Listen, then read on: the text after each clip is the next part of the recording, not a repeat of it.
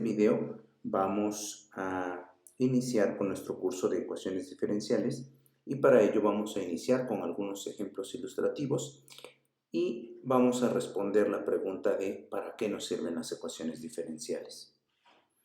Muy bien, en la práctica las ecuaciones diferenciales sirven principalmente para modelar el comportamiento de los sistemas. Normalmente estas ecuaciones son relaciones entre variaciones de ciertas cantidades. Normalmente estas cantidades, ¿qué cantidades hay que utilizar? Pues depende del sistema. Son las cantidades normalmente que me describen al sistema. Y estas cantidades cambian con respecto a distintos parámetros. A veces cambian con respecto al tiempo, a veces con respecto al espacio, o ambos, o a veces con respecto a algún otro parámetro.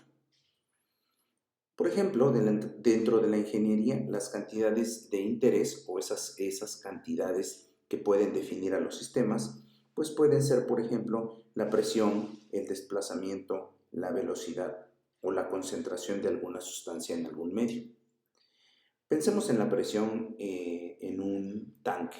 La presión en un tanque depende de la temperatura. Piensen en una olla express.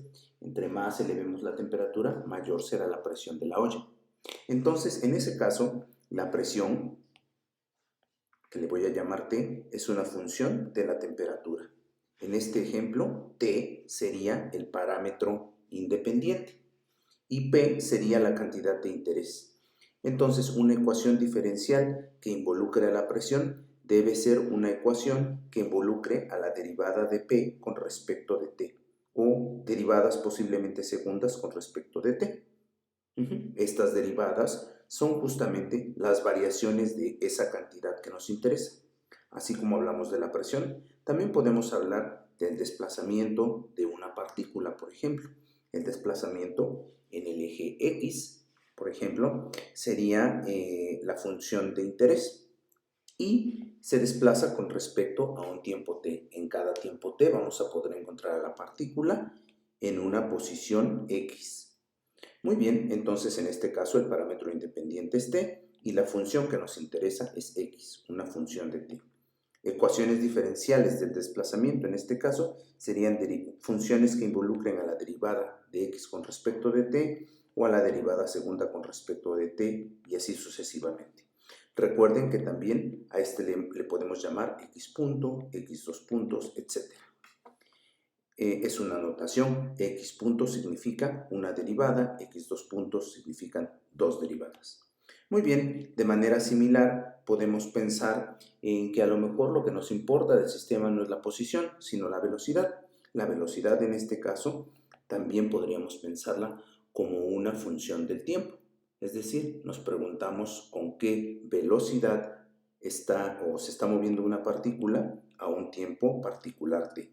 Y entonces una ecuación diferencial que involucre esta velocidad sería una ecuación diferencial que involucre a la derivada con respecto de la derivada de b con respecto de t o a la derivada segunda de b con respecto de t, etc. Recuerden, esto también lo pude haber denotado como b punto, b2 puntos, etc. Siempre los puntitos me van a denotar derivadas con respecto del tiempo. Muy bien, finalmente otro caso que podemos pensar es el caso a lo mejor de alguna sustancia que está concentrada en algún medio. Pensemos en un tanque por donde está entrando algún vapor, a lo mejor un poco de smog, ¿sí? Entonces, cuando inicia la entrada de ese vapor, en esta zona hay más concentración que en las zonas más alejadas. ¿Cómo podemos modelar esa concentración? Bueno, a lo mejor a la función le puedo llamar ρ, que sería la concentración, y la concentración pues va a depender en qué punto del espacio me encuentre yo, y también va a depender en qué momento esté yo midiendo esa concentración. Entonces, esta función ρ va a ser una función de las coordenadas del espacio y del tiempo. En ese caso, vean que mi función, la función que a mí me interesa, que es la concentración, ahora depende de varios parámetros, en este caso el espacio y el tiempo. Una ecuación diferencial, entonces, ahora sería una ecuación que relaciona derivadas de esta función ρ, pero de esa función ρ hay más de una derivada, a diferencia de los casos anteriores, porque puedo considerar parciales de ρ con respecto de x, con respecto de y con respecto de z y con respecto de t, y derivadas de orden superior, es decir, derivada, por ejemplo, segunda de ρ con respecto de x con respecto de y. Entonces, una ecuación que tenga este tipo de cantidades también va a ser una ecuación diferencial. Más adelante vamos a clasificar estas ecuaciones diferenciales. Muy bien, por el momento vamos a ver un ejemplo. Un proyectil que se lanza con una velocidad inicial, haciendo un ángulo θ, y vamos a suponer por el momento que no vamos a considerar la fricción. Una pregunta sería cuál es la trayectoria de esa masa m, es decir, lo que nos están preguntando es cuál es la posición de la partícula cuando avanza el tiempo. Muy bien, para resolver esto, lo primero que tenemos que tener en cuenta es que para encontrar a esta partícula, yo lo que necesito es un vector de posición, es decir, un vector de posición que está hecha de las componentes x de t y y de t, donde esta sería la componente x de t y esta sería la componente y de t. Muy bien. Lo que yo sé de mis cursos de física es que esta partícula, sobre esta partícula, la única fuerza que actúa es la fuerza de la gravedad. Y la fuerza de la gravedad es igual a la masa por un vector constante de aceleración. Ese vector constante es justamente la aceleración que sufre el cuerpo hacia el centro de la Tierra debido a que la Tierra está jalando a ese cuerpo. Y esa aceleración no tiene componente en el eje x, entonces es 0 metros por segundo, y la componente en y sería menos 9.8 metros sobre segundo al cuadrado. Muy bien, esa sería la fuerza. Digamos, con eso encuentro todas las fuerzas que actúan sobre mi partícula. Ahora, yo lo que necesito saber es cómo se va a mover la partícula si le están aplicando esa fuerza todo el tiempo, después de haber sido lanzada con una velocidad inicial de 0 por un ángulo θ. Muy bien, lo que tengo que hacer entonces es ocupar la segunda ley de Newton. La segunda ley de Newton me dice que la fuerza neta sobre una partícula de masa m es igual a la masa por su aceleración si la masa es una constante. En este caso, la aceleración que está acá es la derivada segunda con respecto del tiempo en el eje, la derivada segunda de x con respecto al tiempo y la derivada segunda con respecto de la derivada segunda de y con respecto del tiempo. Eso sería la aceleración que está del lado derecho de esta ecuación. Es decir, son dos derivadas, es derivada segunda de x y derivada segunda de y con respecto de t. Muy bien, entonces yo lo que tengo es la fuerza neta. Vean que la fuerza neta solamente es esta. Entonces lo que tengo que hacer es sustituir esa fuerza de este lado y lo que voy a obtener es que la masa por 0 metros sobre segundo por menos 9.8 metros sobre segundo al cuadrado es igual a la masa por x2 puntos, y2 puntos. Recuerden que x2 puntos son dos derivadas, y2 puntos son dos derivadas con respecto del tiempo. De esta ecuación se me cancelan las masas de ambos lados y para que este vector sea igual a este vector, lo que tiene que pasar es que esta componente es igual a esta componente y la componente en y del vector del lado izquierdo es igual a la componente en y del vector del lado derecho. Eso me lleva a un par de ecuaciones. Me dice que x2 puntos tiene que ser igual a 0 y me dice que y2 puntos tiene que ser igual a menos 9.8 metros sobre segundo al cuadrado. Vean que estas son dos ecuaciones diferenciales, ya que una de ellas involucra derivadas de la posición y la otra también involucra derivadas de la posición.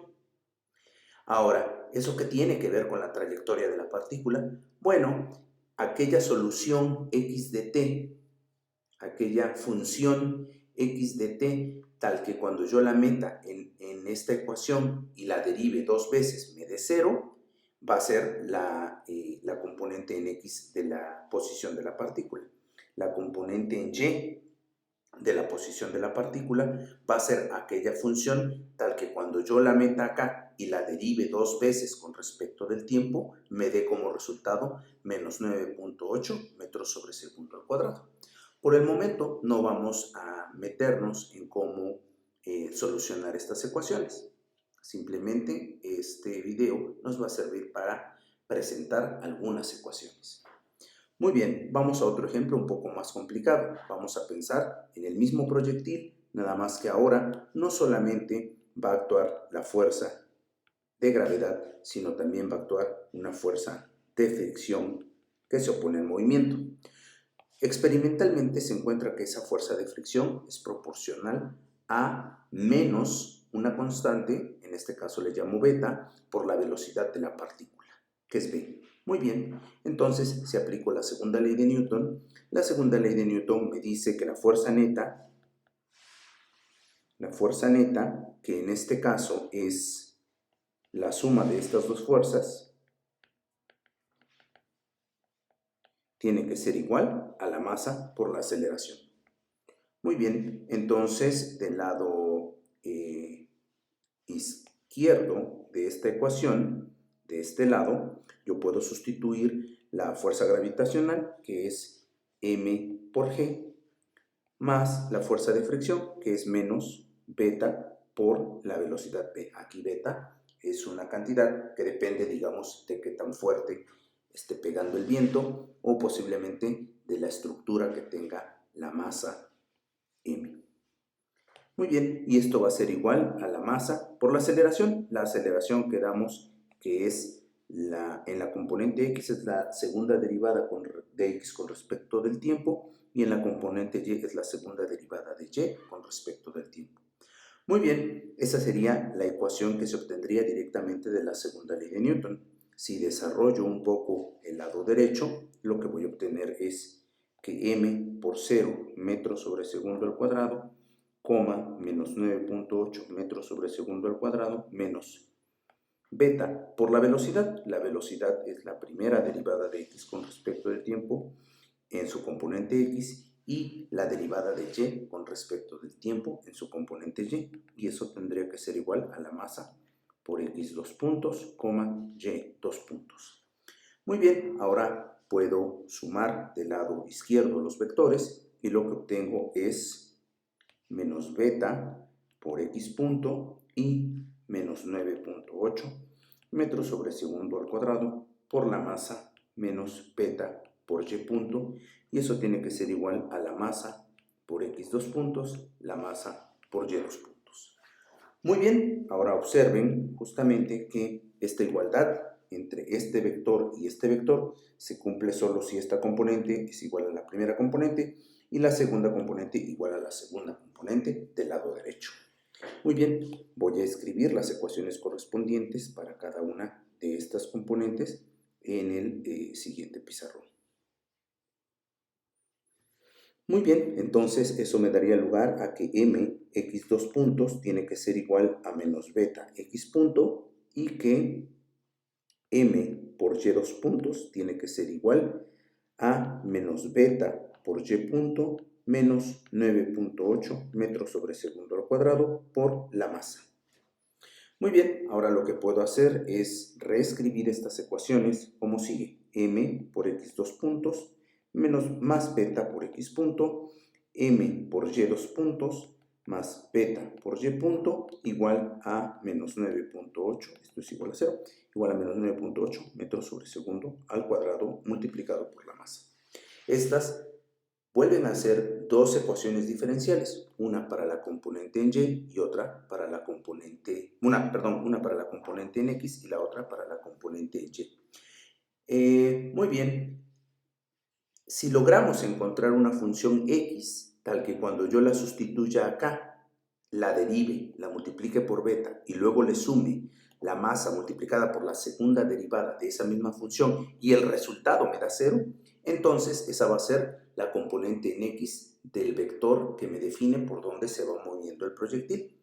De la manera similar, cuando yo encuentre una función y tal que derivada una vez con respecto del tiempo multiplicada por beta y sumada a la multiplicación de la masa por dos derivadas de esa función y con respecto del tiempo y el resultado sea menos 9.8 metros sobre segundo por la masa, entonces habré encontrado la componente y del proyectil. Y juntas la x y la y me darían el vector que me da la trayectoria. Sería x de t, y de t.